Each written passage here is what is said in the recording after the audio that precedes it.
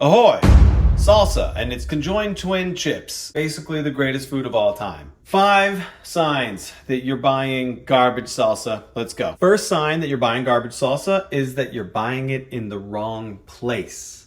If you are waddling your little self into a big box, big name grocery store, Fry's, Safeway, Albertsons, whatever the other ones are on like the East Coast and the South. Giant Eagle, my favorite one from Ohio area. I hope it's still named Giant Eagle. What a ridiculous name for a store. Anyway, if you're going into the big mainstream grocery store, it's going to be very hard for you to find great salsa in there because those guys tend to distribute the big national brands such as Pace and Tostitos, which are not good. There's a lot of other bad salsa for sale in those type of grocery stores. So where should you go to get good salsa?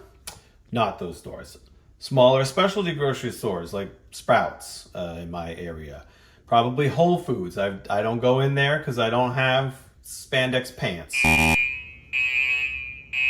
I would assume that Trader Joe's also has some good salsa around. Any other kind of specialty grocery store, or this is the true secret, get it from the farmer's market. You're gonna find some weird guy or like a family of people who make their salsa fresh, local, and that's gonna be basically the best salsa you can get. Second sign, you're buying some garbage salsa. I should have looked at what this one was before I started talking. Yes, it comes in a glass jar. You see, at a grocery store, there's 2 places you can get salsa, or 2 types of containers for salsa. Glass jar salsa and plastic container salsa. Glass jar salsa is a general no-no. And before you jump down my throat, which I'm sure you were about to, yes, there are some good glass jar salsas. They're generally like weird ones you've never heard of before, made by some interesting little company. Those ones are probably, I've had some good ones for sure. But here's the thing about glass jar salsa. It's basically cooked, usually.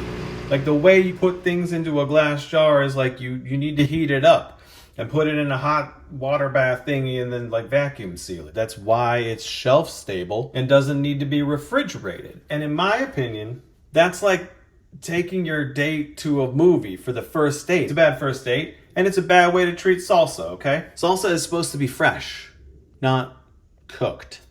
And we'll hear a little bit more about that later. So if you're getting salsa from a jar, while there may be limited exceptions here, being in a jar is a bad sign. Third sign that you're buying garbage salsa, you've got a plastic container. Yes, it's gonna get microplastics into your balls or whatever is going on right now, and probably like leaching BPA into your children. But it's a fresh salsa coming in the plastic containers, right? That's what you wanna look for here. But now you gotta get out your reading glasses and look at the ingredients. Okay, I can't see shit with these on.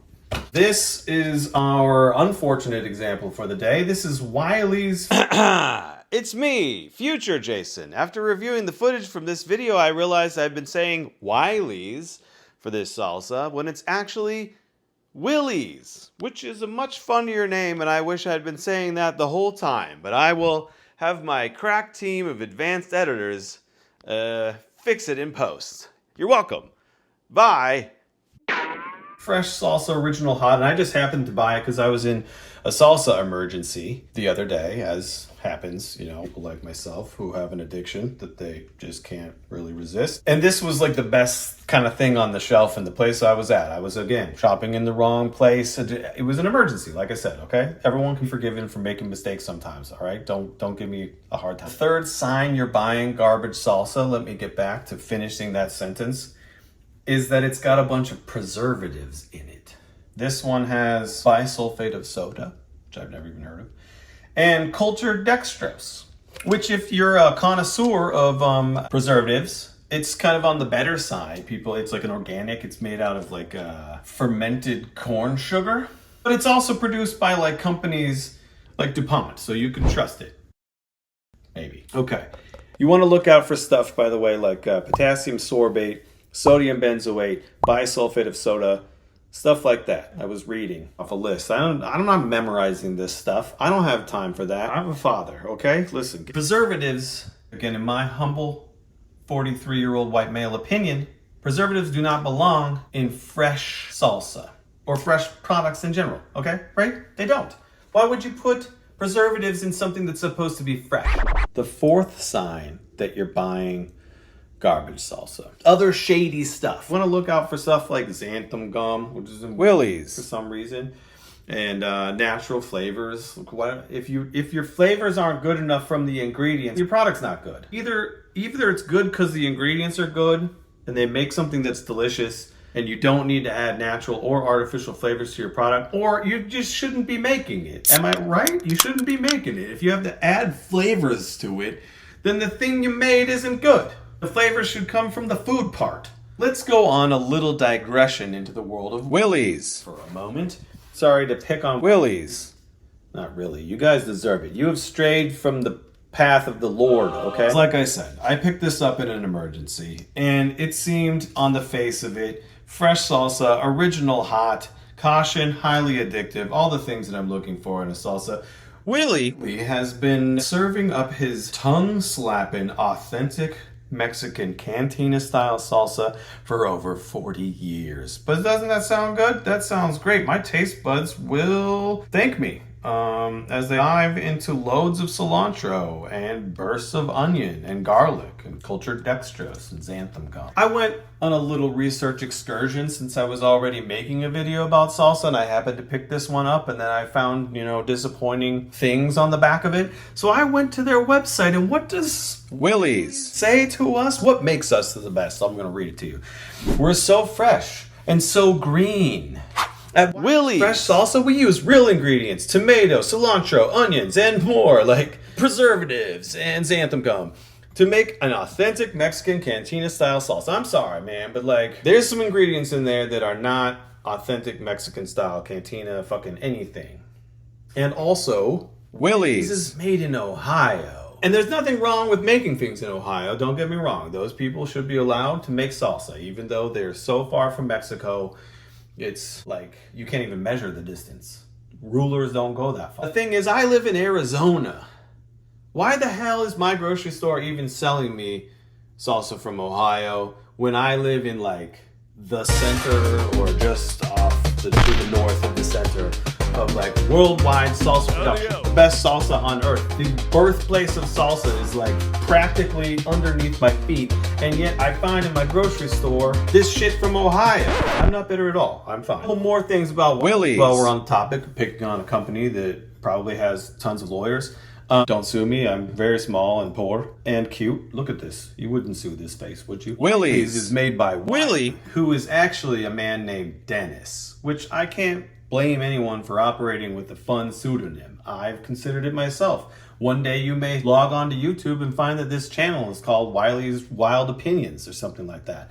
That's not outside of the question. In fact, that's very plausible. Nothing against that. But the other thing about Willie/Dennis is that he retired in 2021, which, to be fair, they have all this information available on their website. It's out there, It's not exactly on the label of the salsa, but it is out there. What I feel like is that Willie's fresh salsa started out with Dennis's cool recipe and this sort of commitment to being so fresh and so green. And what happened was, on their way to becoming one of the fastest growing companies on the Inc. 5000, which their website notes that they have been listed there twice, they decided to make some compromises. The sort of compromises that food companies in America make all the time, which is why we're all dying of weird shit and our guts don't work anymore and everything is bad. There is, however, a way out of this mess. There's another company who is also very growth-minded and greedy called Cocina Fresca. And those guys are using cold pressure to freshenize their salsa. They basically smashes the food in its package to the point where all the bacteria basically pop. Gross if you think about it, but whatever. We eat bacteria all the time, whether they're popped or not, it's fine. And so they can make their salsas without adding any weird stuff to it, totally without any preservatives, and sell it in one of these little containers, which Wiley's makes the point that their salsa is not cooked, which is what you have with Tostitos and stuff. It's been cooked, basically, which is no good. No one wants that. They're right. No one wants that. By the way, this stuff does taste pretty decent. Cocina Fresca started spending the money to cold pressurize all their stuff so that they could sell it without cultured dextrose in it, which I appreciate, man. But the thing is, and this brings me, I'm getting there, this brings me to the fifth sign. The fifth sign that you're buying or about to buy garbage salsa is that it doesn't come from near you. Whether you live in Ohio, New York, Serbia, Croatia, Portugal, I don't know, Guatemala, Asia. That was a big one. Mongolia, Inner Mongolia, okay? Wherever you live, look around for some salsa that was made near you. You know, like if you're in the US, my rule of thumb is it should be made in my state or like one state away, which Arizona is gigantic compared to some places in Europe and elsewhere. That's like an 800 kilometer / 500 mile range of leniency, you know? Like I would buy salsa that was made in LA. In fact, one of my favorite salsas that is sold here in Sprouts is made in LA, and that stuff is delicious. And it does not have preservatives in it, which is why it tastes so good, because you can taste sodium benzoate, man. I don't care what they say. That stuff is gross. I don't like it. There's also plenty of local vendors, probably because I'm in the Southwest. This is like the pepper capital of Earth. We have tons of great salsa here. So there's really no excuse for especially me to be buying stuff like this, except for I'm a bad planner and I have ADHD and sometimes I just get confused and buy things, okay? So I hope that those concepts generally will help you find your way around the salsa aisles, the jarred stuff. Just avoid it. Go look in the refrigerated section for the plastic containers, but don't buy the ones that are lying to you about being fresh.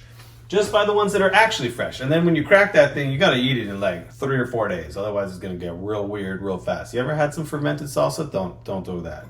It'll probably kill you. I'm going to be making lots of videos like this in the future. It's my plan for like my life. So I love you, and I hope you subscribe and follow me and watch all the things that I make forever. So, okay.